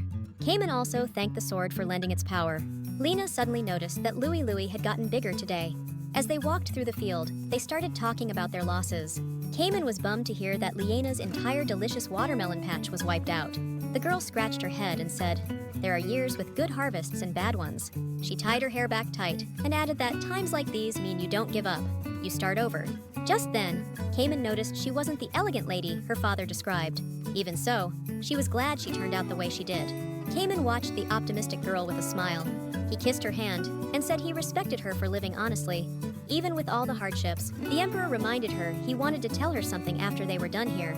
She guessed he was talking about her younger sisters, but that wasn't it. This was it. Cayman was finally gonna come clean about who he really was. He was about to say the magic words, but Susan totally shouted over him. The girl just jumped in and started wiping soot off Lyanna. Lyanna finally realized how she looked the whole time and got super embarrassed, saying they should talk later. She bolted out of there so fast, Cayman couldn't even get a word in. He spent the rest of the time totally pissed that Susan ruined the moment. Grandma Aurelian and a cup of tea interrupted his grumbling. He noticed a jar with some ingredients she tossed in. Turns out, Lyanna had been cooking it all day for everyone, since it's good for your lungs. Out of nowhere, Aurelian asked him what he was planning to do about the Duke. He said he'd let everyone know the Duke was heading to the Empire for their wedding, which basically means he ain't coming back to the kingdom. That way, Aurelian gets to do whatever he wants with him. Turns out, Cayman locked him up in Poston, but everyone else will think he's at the wedding. If things were different, the kingdom would have thrown a fit if the Emperor offed him. But this way, nobody'll know. She gave her grandson props, then he dropped another bomb on her. Grandma also wanted to know if the Pride Sword actually recognized him. Cayman was against it, but she had a feeling the sword might have accepted him as its master. She smiled, happy everything went down exactly how he planned. But get this, she was shocked when he said it ain't over yet. She knew right away that he still hadn't revealed who he really was. Granny Aurelian started chewing him out for being too soft. Meanwhile, Kang Saina was already on her way to Postin. She gazed thoughtfully at Lord Aurelian's palace. As she got closer to her destination, a sinister smile crept across her face. The next morning, Lyanna, Cayman, and Aurelian started checking the agave plant. Lena studied it closely, noticing it had started to seep and sprout a stalk after the fire. By this point, she'd become a real agave expert. She figured the little guy wanted to show Aurelian its flower one last time. Lena added some gossip about wishing upon seeing the precious flower.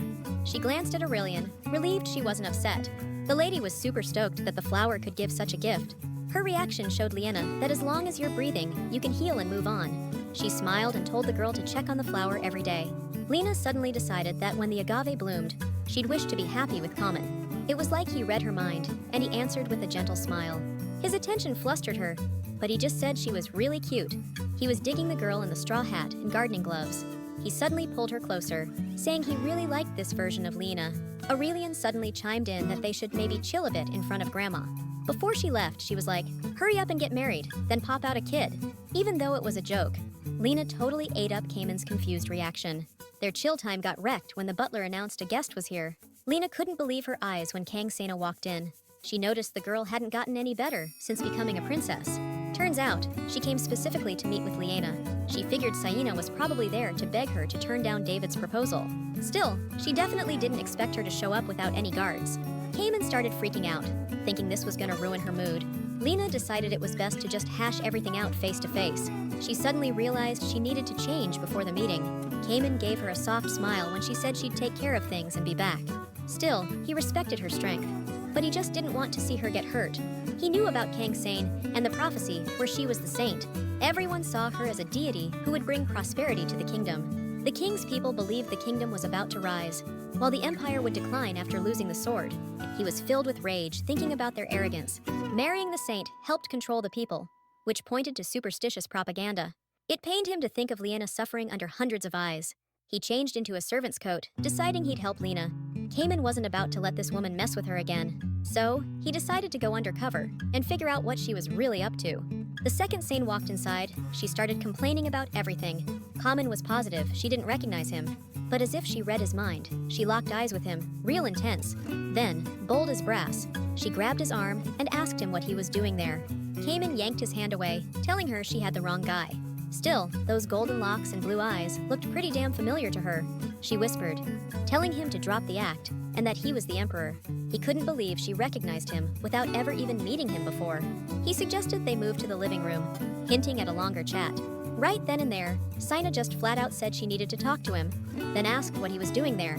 She was sure he'd show up in the sequel, but everything changed. The girl wondered aloud if this was really Cayman. The guy immediately guessed that even though she knew of him, she didn't know what he looked like. To his surprise, she pinned him against the wall and asked why he went quiet. She figured he was falling for her, since he had to be into shameless and forward women. He suddenly felt a sting of anger and admitted she was right. Still, he didn't like girls like her.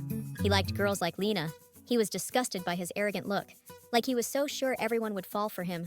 He couldn't wrap his head around how someone could cause that much trouble without even meaning to. Cayman shook her hand off and told her to get lost, saying her being there was making him sick. The girl couldn't believe he was just blowing her off like that. His face twisted with fury, and threats were practically bubbling out of his mouth. But then, Lyanna stopped him dead in his tracks, totally shocked to see the two of them together. Before meeting up, she decided she'd just wear her normal clothes. She had no idea what might go down, so she brought Louis along. Out of nowhere, Lena started scolding the sword for not wanting to come with her. She suddenly asked how he was doing, since he was still crying. She tried to get him to open up, saying she wanted to be a source of strength for him, just like he was for her. The sword almost cried, feeling her genuine support. It apologized for betraying its master. Still, Lyanna wasn't mad and ordered it to turn into a dagger. She totally wasn't expecting to find Kong Sena with Cayman. The guy rushed over to her, saying it was all a misunderstanding. Sena ripped into her, saying she should have come later and not interrupted. the girl shot back that she hasn't changed a bit and still blames everyone else. Kang Sena was no longer considered a saint or blessed with divine power. She figured Lyanna was just trying to get under her skin and provoke her. The princess demanded an apology for Lyanna daring to hit on her husband. The girl shot back that she was the one who just pinned her fiancé against the wall. Lyanna thought Lena was trying to seduce her man because David made the Duke bring her. Cayman explained that he bailed the second he heard about their engagement. Looks like his words were the only thing that made her realize Lena wasn't interested in David. The princess suddenly covered her face hysterically and burst out laughing. She asked, totally disbelieving, if they were really engaged. The girl said she didn't quite believe it, but she'd take that answer. She then rudely added that they should hurry up and get her a room. The princess sprawled out on the sofa and said she didn't want to go back to the capital just yet. She was so infuriating that Lena was struggling to hold herself back. What also pissed her off was that this woman kept flirting with Cayman. She answered with fake annoyance that she couldn't rent a room since she wasn't the estate owner. Sina demanded they ask the owner, but Cayman just told her to get lost. She called him out for how he was treating her and ordered him to fetch the lord. But the next thing she knew, they were being told to throw her off the property. Lena smiled at her grandma, happy to see how quickly she stepped in. Kang Sena couldn't believe she'd been treated like that and demanded justice. Aurelian just coldly said that they shouldn't put up with this chick's antics. Lena immediately snapped back, wanting to know about that incident by the wall. Cayman said he was pretending to be a servant to find out what the woman was up to. At one point, she said his name and started firing off questions. He was just as clueless about how she even knew him, which led to this whole mess. Lena froze, realizing she'd grabbed him and started rambling about the original story and a sequel. She knew the plot of the novel she was stuck in. In it, Lena bullied Sina because she was a total eyesore. What weirded her out was the story ended with a wedding and a happily ever after. Suddenly, she guessed there was a part 2, with Cayman as the main character. She figured again that there's no way you could miss a hottie like him. Now she got why Kang Sena was so pissed, thinking she should be with the main dude. She instantly panicked that Cayman might have felt her heart skip a beat. She dreaded the thought of him actually liking Kang Sena. It stung Lyanna to think all their history could vanish over a few lines. She started worrying Cayman might just dump her ass. I guess he saw her freaking out and said he wouldn't screw up again. He stroked her hair and told her to wipe that frown off her face. She begged him not to show her any interest, even if he felt something. Cayman was stoked she was jealous, but Lena saw it differently. He suddenly apologized and promised he wouldn't let things get like that again. Lena couldn't figure out why he was acting so cold, even with that smile. Back in his office, Cayman noticed Sena was still standing by the gate. He couldn't stop replaying that scene in the living room. Lena's words just kept bouncing around in his head. What bugged him was how weird both those girls reacted. They were both thinking he was definitely going to be interested in Kang Sena. He was also thrown off by Sane talking about the original, so he decided to dig deeper. In the novel, Sane was supposed to get caught in a love triangle after finding the Pride Sword. Even after months, the possibility of Cayman showing up still haunted her. She suddenly figured maybe things would go smooth if she could just find that Pride Sword. Thing is, she still had no clue how she was going to get her hands on it. These thoughts were seriously messing with her head. She tossed and turned, totally frustrated, trying to figure out how to find something she'd never even seen. Sina blamed the writer for Cayman still not showing up, and for her relationship with David going south. The maids kept trying to calm her down, making excuses about how busy David was. They also tried to get it through her head that a lady of her status shouldn't be begging for a necklace. Sina suddenly shot up and told them not to worry. She proudly declared that he was acting like this because he had no competition. The girl was certain that everything would work itself out eventually. She was chilling, enjoying her main character perks, and confident she'd win. Even then, sitting in the carriage, she was happy she'd found Cayman instead of just a portrait. She was positive he was totally gonna fall for her. She was picturing him completely falling head over heels for the main girl. A maid interrupted her thoughts, saying it was best to rest here since it was so dark out. No way was the crown princess gonna sleep in a carriage. On top of that, they even refused her food and soft bread. The maid explained that the city was super wary of outsiders right now because of the fire. The woman looked like she was already sick of Sena's constant demands. Right from the start, she demanded that she cut ties with Lady Pond. At first, she was cautious, but soon she believed in the lady's gift and followed her. Now she was trying to force her to go to the capital, hinting that Lady Pond might go to David. All she said in response was that he'd be crawling back to her soon enough when a rival shows up. The maid was getting seriously worried about Sena's sanity. Girl was living in a fantasy, waiting for scenes from the novel to play out. She was screaming so loud inside the gazebo that Anchor found them. Kang Sena immediately checked out the stern-looking dude with admiration. She couldn't believe her eyes, seeing the Lord Anchor himself. He locked eyes with her, giving her the creeps. Sina instantly played the innocent, saying she'd seen him in her dreams. The guy cut to the chase, asking if she knew where he was headed. The girl confidently said he was going to the capital to find the ego sword. Even though he was looking for the sword, something still felt off to him. Not long before this, the Emperor personally requested that I investigate this woman's case. He wanted me to act like she was right no matter what, just to get a better read on her. Angkor immediately feigned surprise and decided to play into her ego. He was taken aback when she casually mentioned that she'd been reading for a long time. He questioned her, and she told him he'd need to hang around the kingdom for about 3 months. Angkor was surprised when she brought up Douglas Marshall, the Emperor's uncle. That made him think that maybe she really could see the future. Kang Sena proudly stated that she could solve the problem by mastering the sword of self-love. Angkor figured her knowledge was pretty superficial, so she probably had a spy inside the Empire. Her words made him wonder if the kingdom had somehow found out that Lyanna was a sword master. He decided to test the waters and said the Emperor had already found traces of the sword. The girl couldn't believe her ears when he added that he'd have to return to the Empire soon. Sena immediately started talking about how the story still wasn't solved. She understood how screwed she was, considering she hadn't lit a fire under David or Cayman yet. After a quick think, she laid out her request. The next morning, Cayman was weirded out, because his ear had been itching like crazy since yesterday. Lena guessed it was from soot, but he shot that idea down. Suddenly, the girl snuggled up to him with a smile and said she'd clean his ears for him. Aurelian teased them, saying they should just kiss already, seeing as they were both adults. She decided to hint that they shouldn't hold their breath, waiting for the dumbass who can't talk. She roasted Cayman for yakking about the wedding like a parrot, but with 0 ring or flowers. After completely demolishing her grandson in that argument, she bounced to the greenhouse.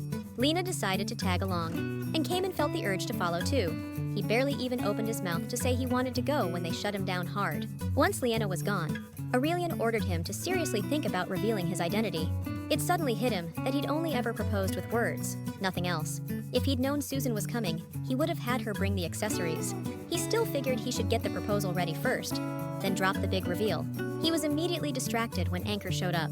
Cayman asked if that woman had left for the capital, but Anchor's answer was complicated. The Emperor froze when he heard she'd asked to be taken to the Empire. He couldn't wrap his head around what she was trying to pull. Angkor replayed their conversation, still trying to figure it all out. She begged for it so fiercely, he couldn't help but be stunned. Even her maid looked like she couldn't believe what she was hearing. Sina straight up said she needed to charm Cayman right there in the Empire. Angkor was so blown away by her sheer stupidity and audacity, he was speechless. He pointed out her future sight was bogus, since she knew nothing about the Master Swordsman.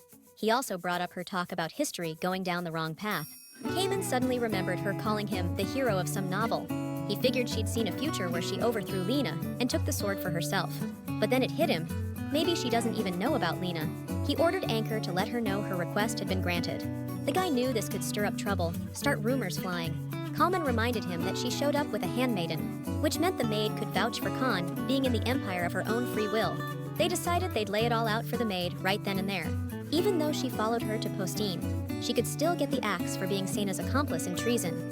Their hope was she'd get back to the palace somehow and spill the beans. Now they had to figure out who was going to take on that job. Angkor knew the second he laid eyes on it. This was his destiny. Meanwhile, Aurelian was giving Lyanna a crash course in family life wisdom. Despite everything she said, Lyanna could sense the sincerity in Kamene's feelings. She tried arguing it was better than jewels and flowers, but the woman wasn't buying it. What hit her was that Aurelian was talking about a lot of stuff from first-hand experience. Lyanna figured she'd also do whatever it took for her husband. The woman shot back that her mistake was not being tough enough on her husband's screw-ups from the start. She suddenly added that even flaws that seem cute can wreck a marriage. Even so, Lyanna still thought a wife's job was to fix her husband's flaws. They noticed that the agave plant was growing really well. The second she joked the agave might hit the ceiling, the old lady suggested tearing off the roof. Lena remembered that plant was the only thing that survived the divorce. She wondered if her grandma thought about her ex-husband when she looked at that agave. She couldn't understand her grandma's feelings, but she could tell the old lady still loved him. Lena started wondering if she could ever love someone that deeply, for that long. She immediately shut her eyes, deciding she wanted to pass that feeling on to Cayman. After that, she decided to just get to work like always. She was surprised Louis didn't respond to her battle cry at all. It seemed to her like Louis might be going through puberty. which would explain his crazy emotions. The second he opened his mouth, she straight up asked him about his feelings. Lena was there for him, telling him she was ready to listen. He blurted out that someone else might say they wanted him. Suddenly, she figured he might be worried about Kang Sane, sensing a similar vibe to Lyanna. The girl told him not to sweat it, adding that she wasn't giving him up to anyone. Louis suddenly remembered Cayman's warm hands and cursed himself for even thinking about leaving Lyanna. Even so, Lena replied he was the best, as far as she was concerned. Louis said her kindness was only making his guilt even worse. The girl's mood instantly shifted, and she told him he needed some hard labor. The sword got spooked when she casually mentioned how she'd use it. She ordered it to turn into a plow, so she could till the field today. Louis couldn't hide his disgust when she scraped the mud off him. Lena knew she needed to get this whole thing sorted out as soon as possible. They use different oil in this world, so the soil impact isn't as bad. Finally, they actually managed to make things a little better. Susan immediately called it a good fun workout. Lena said she still had some work to do and asked for help. Meanwhile, the maid was begging Khan Sayena to come back. She tried to talk her out of going to the Empire, but it was no use. Relations between the kingdom and the Empire are terrible, so her plans could easily fall apart. Sayena just replied that the Emperor wants her to return with him. Angkor showed up at dawn with Cayman's orders for her. He said she needed to be at the Lord's Castle training grounds before noon. The maid could barely believe it, seeing as Sayena hadn't even met the Emperor. Still, the princess was sure things were finally about to kick off in the Empire. She figured Cayman would fall head over heels after he got his hands on that sword. With that, she took off, moving faster than the maid had ever seen. The maid just didn't get why she'd ditch her fortune and power for some empire. She even texted David saying she was taking a quick trip to the shrine. David tossed the message, feeling a headache coming on just from her handwriting. Plus, he was getting a bad feeling from the Duke Pond's radio silence. He figured Lyanna might be hurting too, and he'd need to comfort her. David suddenly realized that compared to Sayena, her little huff was kinda cute. When he first laid eyes on her, she seemed more like a houseplant. He couldn't figure out why they sent him the redhead in the first place. Even though he wasn't thrilled, he needed Duke Pond's clout. That day, Lena thanked him for choosing her of all people. He was taken aback by the sincerity of someone he didn't even want around. Her cheeks flushed a soft pink, and her face bloomed into a smile. Thinking about her, he secretly hoped she'd show up soon. David guessed that this woman, with her genuine heart, would never ditch him. Still, his worried assistant came running to him right away. A territorial change notice just arrived from the Empire, sealed by the Emperor himself. Rumor has it, Lady Aurelian decided to give Poston back to the Empire before she died. Poston originally belonged to the Empire, but Aurelian chose to stay in the kingdom after the divorce. So nobody can stop it from going back to the Empire now. This also means Aurelian didn't completely cut ties with the Empire. On top of that, there's also a notice about an engagement. This didn't make sense to David, since the Emperor doesn't need permission to get married. He suddenly figured the future Empress might be from their kingdom. At first, David thought this woman just happened to share a name with his future wife. My guy just dropped a bomb. Lyanna Pond's engaged to the Emperor. David thought he was tripping, cause Duke Pond was supposed to bring her back. He knew that sneaky bastard would never give up the chance to be Queen's dad. The Duke wouldn't pass up that kind of power, knowing what it could bring him. The aide said he couldn't believe it either, until he saw the letter. It spelled out all the Duke's dirty deeds, and begged the Empire to step in. On top of that, Pond screwed over the prince, greenlighting Lyanna's marriage to the Emperor. David crushed the letter, pissed and feeling like he'd lost. He ordered the troops to Poston, but it was a no-go. The aide figured Lyanna was probably already out of the country, thanks to the Empire's teleport network. David was even more pissed off because there was no way he was gonna let that happen.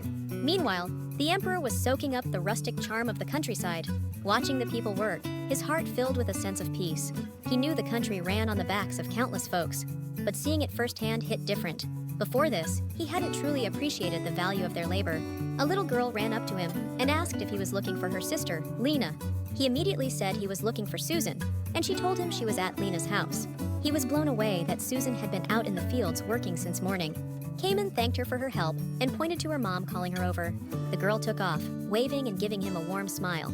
Cayman just smiled back, already trying to lock this moment away in his heart.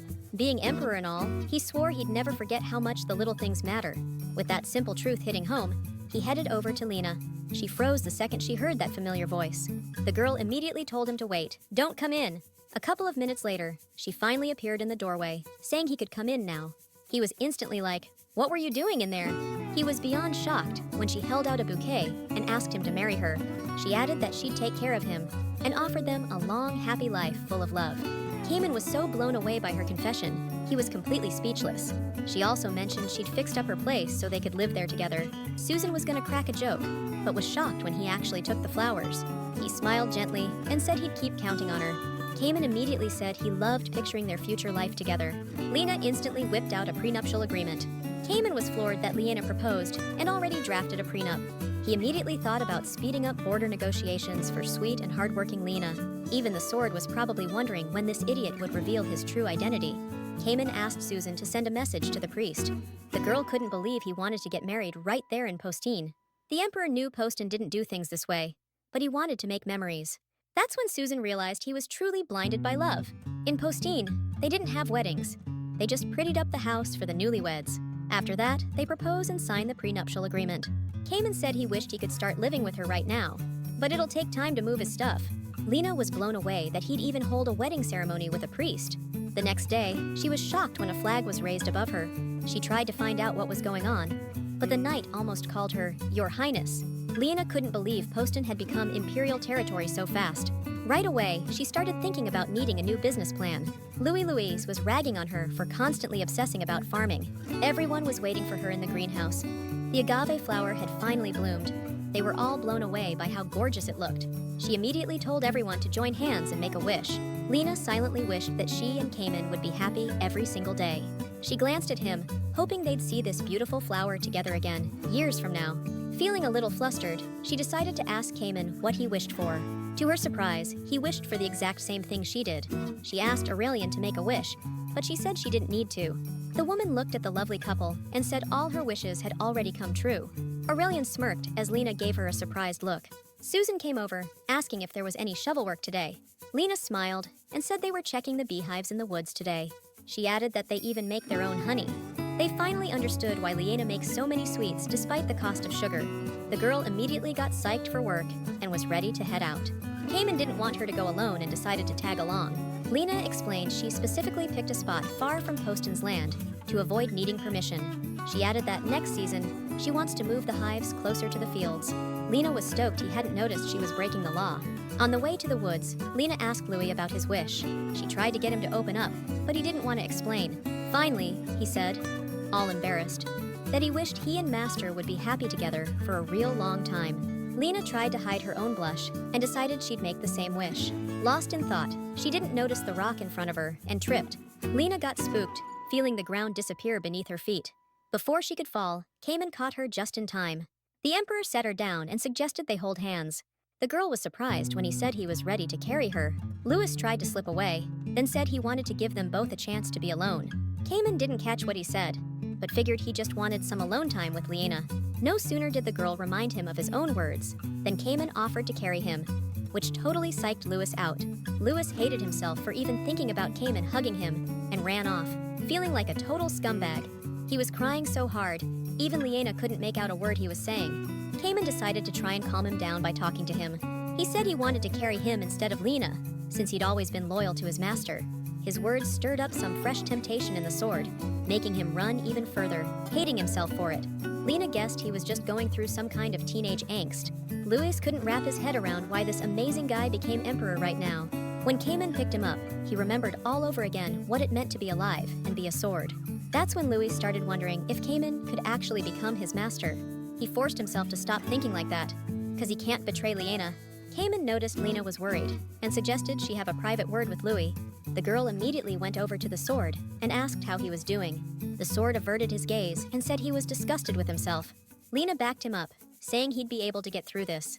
Louis immediately snapped at her, saying he was the best damn sword there is. He told her about all the hard work that goes into forging the perfect blade. Lena guessed that it took a whole lot of hammer strikes to make him.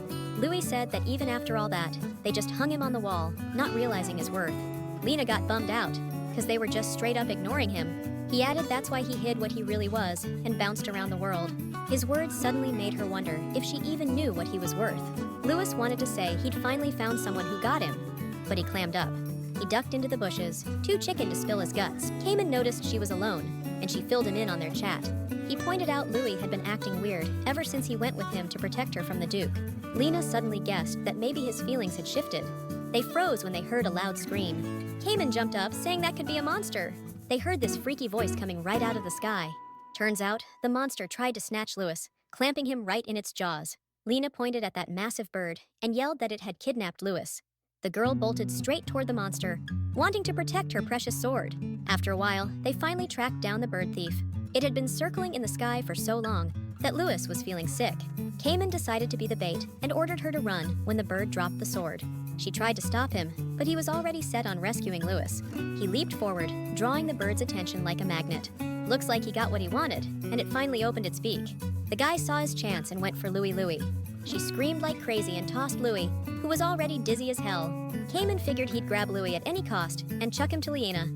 The girl immediately ran for the sword, but the bird locked onto Cayman. She held Louis tight, all worried, and asked how he was doing. Next thing she knew, a massive monster paw was coming right at Louis. She yelled bloody murder when she saw the bird slam Cayman straight into the ground. Lena was so stunned, she was totally frozen in place. She begged Louis to lend her his power to help her save Cayman. Louis refused, saying it was way too dangerous right now, and she could get hurt. The girl was like, "No way, we can't let Cayman die." Then an idea popped into her head, and she apologized to Louis right after.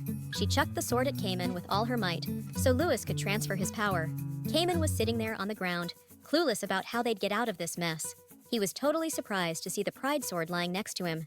Louis was dizzy again after being dumped like that.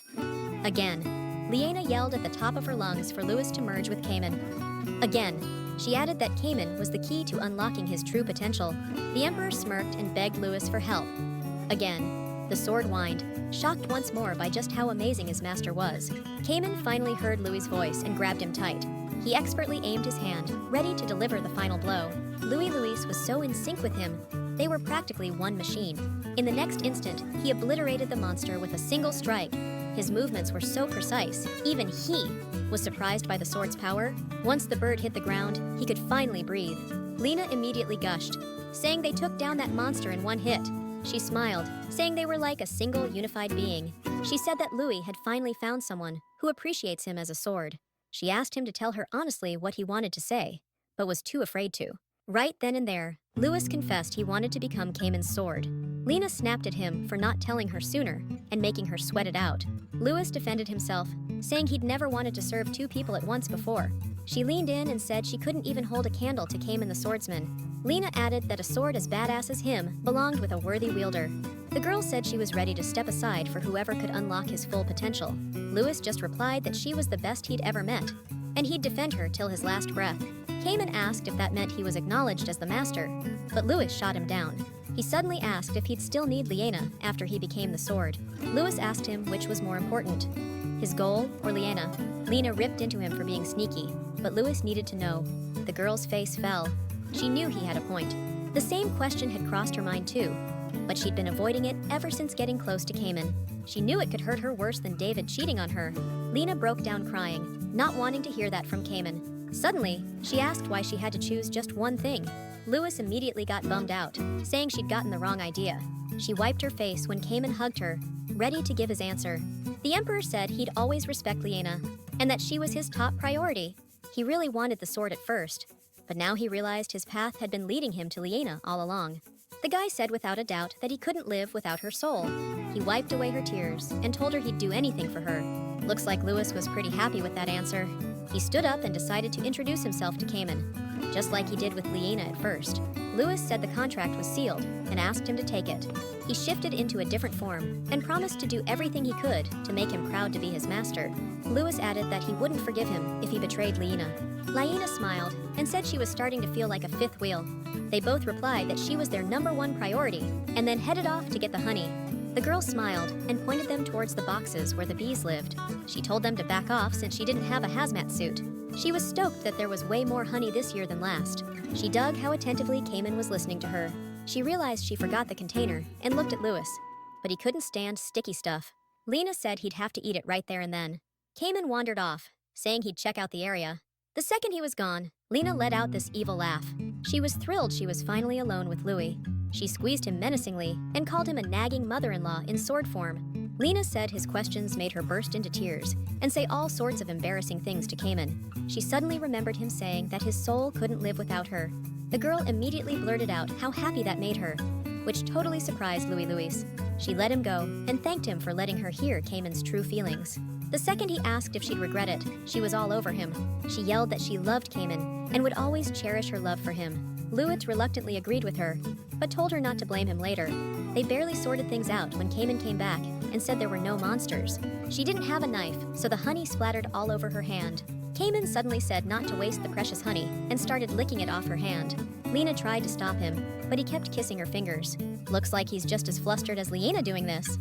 Right then, she remembered again how damn tempting he could be. She froze, blushing, as his face got closer and closer. They were about to kiss, but Lewis interrupted to say the sun was setting. The newlyweds jumped apart, trying to hide how embarrassed they were.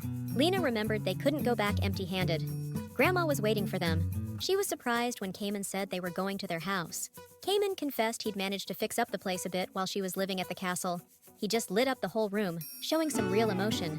Lyanna was gonna wait to start their life together after the wedding, but she couldn't resist the temptation. On the way home, she just couldn't believe this guy almost gave her a heart attack, like multiple times in one day. The second she saw her place, she was like, am I dreaming or what? This house was so different from before. She had to rub her eyes to believe it. Cayman chirped up all happy, saying the house had been slightly changed. The girl was floored when she saw that even the inside of the whole house was different. He'd redone everything, including the living room, kitchen, and bathroom. It suddenly hit Lyanna that he hadn't just moved in. He'd hired construction workers.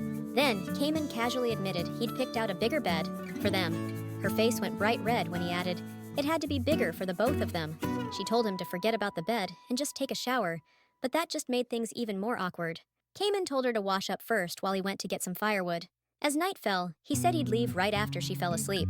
He even found a spot for Louis so he could guard his mistress. Lyanna turned away because she thought tonight was going to be their wedding night. Her heart was pounding so hard, she couldn't handle all the feels. She wanted to tell him to come to bed too, but she couldn't bring herself to do it. Lewis figured she was asleep and decided to ask Cayman something. She barely contained her surprise when he asked what he liked about her. He asked him to honestly admit when exactly he fell in love with Lyanna. Lewis said he couldn't stand seeing him unable to confess his feelings to her. Cayman got all bummed out, saying he wasn't sure how deep Lyanna's feelings really were. The girl was practically jumping for joy, thinking he was trying to find out if she loved him. Out of nowhere, Lewis called him a whiner and said that wasn't what he expected to hear. Cayman asked him if he was even sure that Lyanna loved him for him, and not just because he could transform into tools. Suddenly, Louis said he'd never doubted her feelings, not even for a second. Her requests threw him for a loop, but he was still down to do whatever she wanted. Cayman agreed, telling him he really was a total pushover. He begged Lewis to believe that he genuinely loved Lyanna. The girl was watching him, totally mesmerized, feeling like her heart was about to explode.